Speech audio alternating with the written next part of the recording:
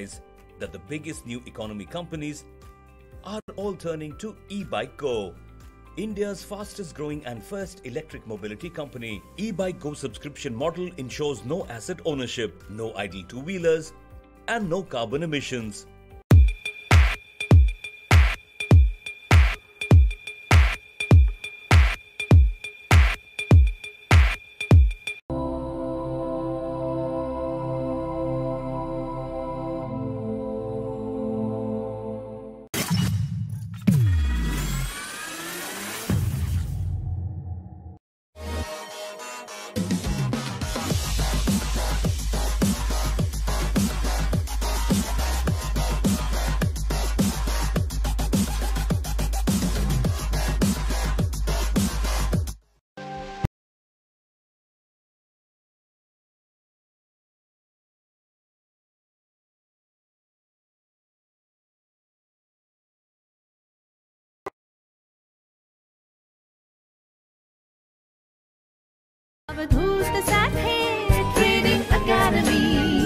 Free live YouTube sessions देखने के लिए हमारे चैनल को सब्सक्राइब करें and for further notifications press on the bell icon.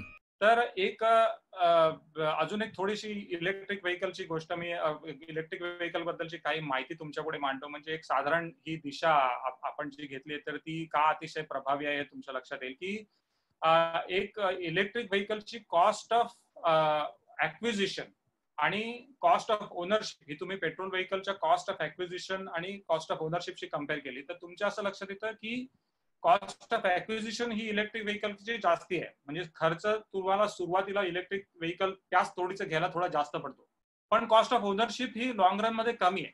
तुम्ही जर 5 वर्ष पेट्रोल व्हेकल चालवलं आणि 5 वर्ष कम्पॅरेबल इलेक्ट्रिक व्हेकल चालवलं तर ओरिजिनल परचेस प्राइस प्लस तुमचा fuel expense plus maintenance expense हे तुम्ही सगळे ऍड केलेत तर इलेक्ट्रिक व्हेकल मध्ये तुमचा खर्च बऱ्यापैकी कमी झालेला असतो. एक सिंपल उदाहरण द्यायचं झालं तर पेट्रोल व्हेकल आपण मगाशीच म्हटलं साधारणपणे 50 किलोमीटर 40-50 किलोमीटरला तुम्हाला 1 गॅलन पेट्रोल 1 लिटर पेट्रोल लागतं. म्हणजे तुम्हाला साधारण 80 रुपयाच्या दराने आज पेट्रोल आहे.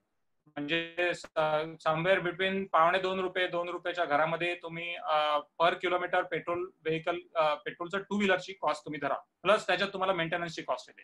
हे जर तुम्ही इलेक्ट्रिक टू व्हीलर चालवलं तर साधारणपणे 1 किलोवॉट अवर किंवा 1.5 किलोवॉट अवर या बॅटरीमध्ये साधारणपणे 45 ते 60-70 किलोमीटर एवढं इलेक्ट्रिक व्हेकल जातं. आता एक 1.5 किलोवॉट अवरची बॅटरी घेतली म्हणजे 1.5 युनिट, अगदी 10 रुपये आपण चार्ज करायला त्याला खर्च येतो असं म्हटलं तरी 15 रुपये चार्ज करायचे झाले. ह्या 60 किलोमीटर म्हणजे तुम्हाला 25 पैसे किंवा नॉर्मली ह्याच्यापेक्षा खाली हा एवढा तुमचा इलेक्ट्रिसिटीचा पर किलोमीटर चालवण्याचा दर आहे. आता ह्याच्यात तुम्ही 5 वर्षात तुम्हाला बॅटरी रिप्लेस करायला लागेल, ती कॉस्ट ऍड केली, पण तुम्हाला रेग्युलर मेंटेनन्स वगैरे काही नाही आहे. त्याच्यामुळे over the course of 5 years electric vehicle will handily beat petrol vehicle in the cost of operation. हे गणित एक पक्का आमच्या डोक्यात होतं आणि हे गणित आम्ही घेऊन चालू केलं आणि ऑफकोर्स म्हणजे हे गणित इज टेस्टेड अँड प्रोवन. आजच्या घडीला आपण नक्कीच असं म्हणू शकतो की हे याच्यामध्ये म्हणजे ही डायरेक्शन जी आम्ही ओरिजिनली घेतली ती बरोबर होती. आणि अनेक व्हेकल अनेक कंपन्यांनाही ऑफकोर्स ह्याच्यात आमचं काहीच नवीन नाहीये की म्हणजे हा शोध नाही आम्ही लावलेला. तर त्या आमच्या अनेक कंपन्यांनी हीच दिशा घेऊन वेगवेगळ्या लोकांनी वेगवेगळे बिझनेस चालू केलेले आहेत. म्हणजे फॉर एक्झाम्पल बंगलोरमध्ये तुम्ही बघाल तर बाउन्स किंवा वोगो या कंपन्या आहेत, त्यांनी त्यांच्या काही इलेक्ट्रिक व्हेकल्स आहेत. आणि युलू म्हणून एक कंपनी आहे तर त्यांचं एक साधारण बिझनेस मॉडेल असं आहे की ते व्हेकल त्यांची ठेवलेली असतात आणि ती तुम्ही जाऊन भाड्याने घ्या आणि चालवा, थोडा इथे तिथे फिरा आणि ती व्हेकल परत ठेवा कुठेही, जिकडून घेतली तिथेच ठेवायला पाहिजे असं नाही. हे त्यांचं बिझनेस मॉडेल आहे.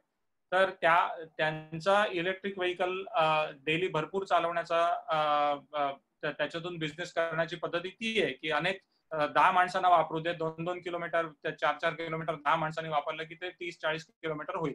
आमची ही पद्धती आहे की आम्ही भरपूर चालवणारा माणूसच शोधतो आणि त्याला आम्ही भाड्याने देतो. तर ही आमची हे आमचं काय म्हणाल तसं बिझनेस मॉडेल आहे. तर ह्याच्यावरतीच फोकस करून आता आम्ही आमच्या आजच्या घडीला बऱ्यापैकी बाईक्स रस्त्यावरती आहेत. भरपूर वाढतायत त्या बाईक, भराभर वाढतायत त्या बाईक्स. आणि इथून पुढे जसजसं लोकांचे प्रेफरन्सेस चेंज होतील आणि लोकांचे टेक्नॉलॉजी चेंज होईल, तर इथून पुढे म्हणतात तसा उतारच आहे. म्हणजे टेक्नॉलॉजी तर चेंज होणारच आहे. ते अधिकाधिक चांगली व्हेकल, अधिकाधिक बॅटरी स्वस्त होत जाईल, बॅटरीमध्ये इलेक्ट्रिक स्टोअर करण्याची कपॅसिटी वाढत जाईल आणि मोटर आणि कंट्रोलर, इलेक्ट्रॉनिक्स याच्या पण प्राइसेस जसं मार्केट वाढेल तसं जास्त मास प्रोडक्शन होईल, पर कॉम्पोनंट कॉस्ट खाली येईल. त्याच्यामुळे हे चांगलंच म्हणजे पिक्चर आमच्या दृष्टीने बऱ्यापैकी एनकरेजिंग आहे. Plus e commerce is growing like crazy. म्हणजे ई कॉमर्सची वाढ बऱ्यापैकी इयर ओव्हर इयर बऱ्यापैकी सबस्टॅन्शियल ग्रोथ आहे ई कॉमर्सच्या सेगमेंटमध्ये. आणि लोकांचे प्रेफरन्सेस हळूहळू चेंज होत आहेत. लोकांचे अमेझॉन म्हणा किंवा बिग बास्केट म्हणा, कितीतरी लोक जे पूर्वी आजकाल सिनियर सिटीजन सुद्धा ई कॉमर्स इफेक्टिव्हली वापरायला लागलेले आहेत. त्याच्यामुळे डिलिव्हरी हे सेगमेंट ग्रोईंग सेगमेंट आहे.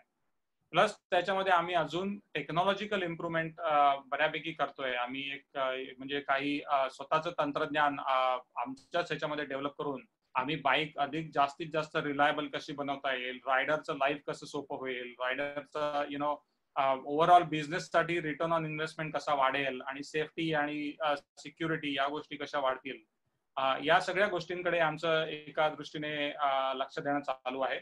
आणि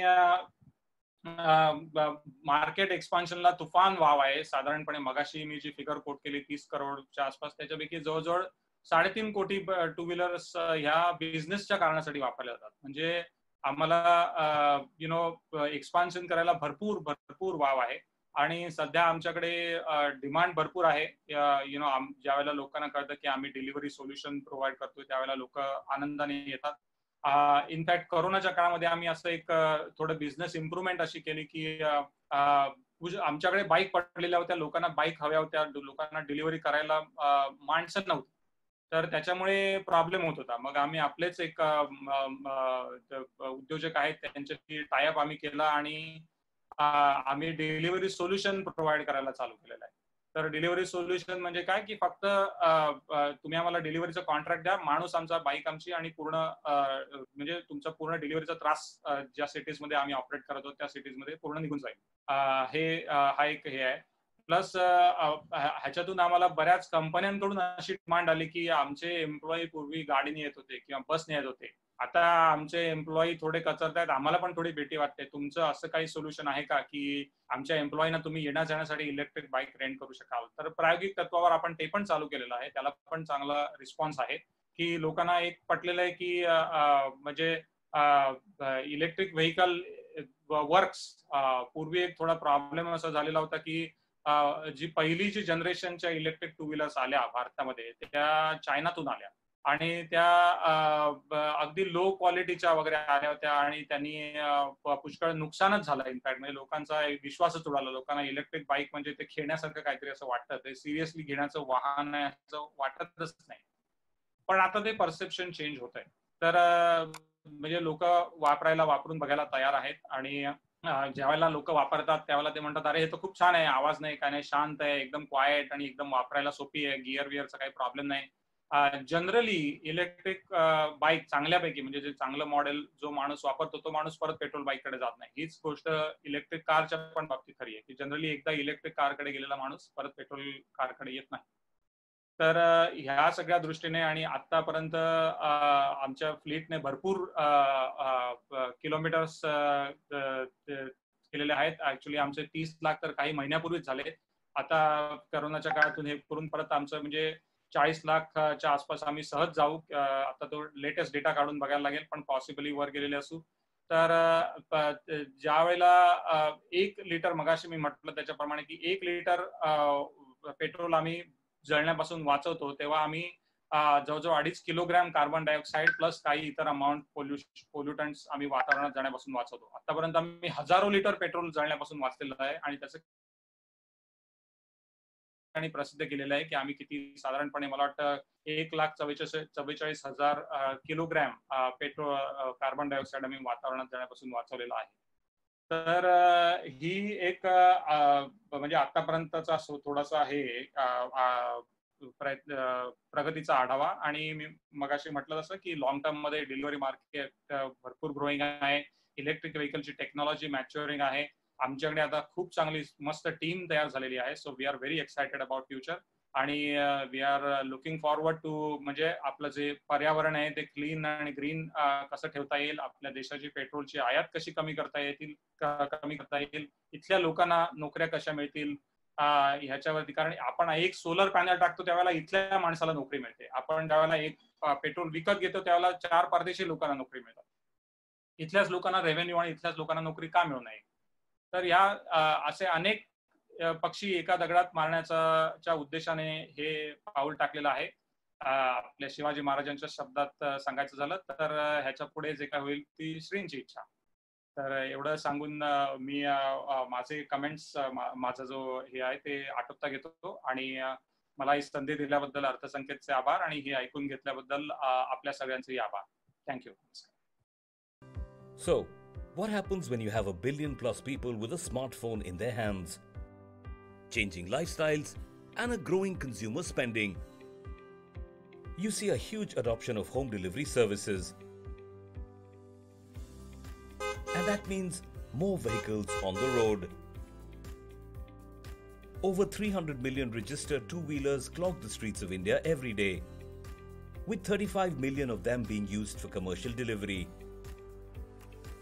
each running between 80 to 100 kilometers per day. More deliveries means more fuel consumption, more pollution, more traffic congestion and more noise. When it comes to home deliveries, sustainable mobility infrastructure is the future, and it is no surprise that the biggest new economy companies are all turning to eBike Go. India's fastest growing and first electric mobility company, eBike Go subscription model ensures no asset ownership, no idle two-wheelers, and no carbon emissions. But you may ask, what is our competitive advantage in just renting vehicles? Well, here's where our technology makes the difference. Covering 8 cities, with over 5,000 partners, and 1,000 and more electric vehicles in use. eBike Go is developing pioneering, vehicle agnostic, IoT AI platform to deliver smart analytics, giving us an unparalleled edge over everyone else. We are working to build data-driven models of asset depreciation and driver behavior. Business intelligence powered by these models is what will deliver biggest value impact for our customers. Driver behavior tracking and control, predictive maintenance, fleet performance prediction are some of the features of this new platform. Vast amounts of data is collected through a cluster of sensors mounted on bike. All this data is fed to our AI machine learning platform to build intelligence, which will be our biggest value creation. To add to that, our electric vehicles assure comfort and safety to the riders, making their work life easier too. eBike Go is a revolution in the making. And we have just started. We have redesigned sustainable mobility, and we invite you to join the ride.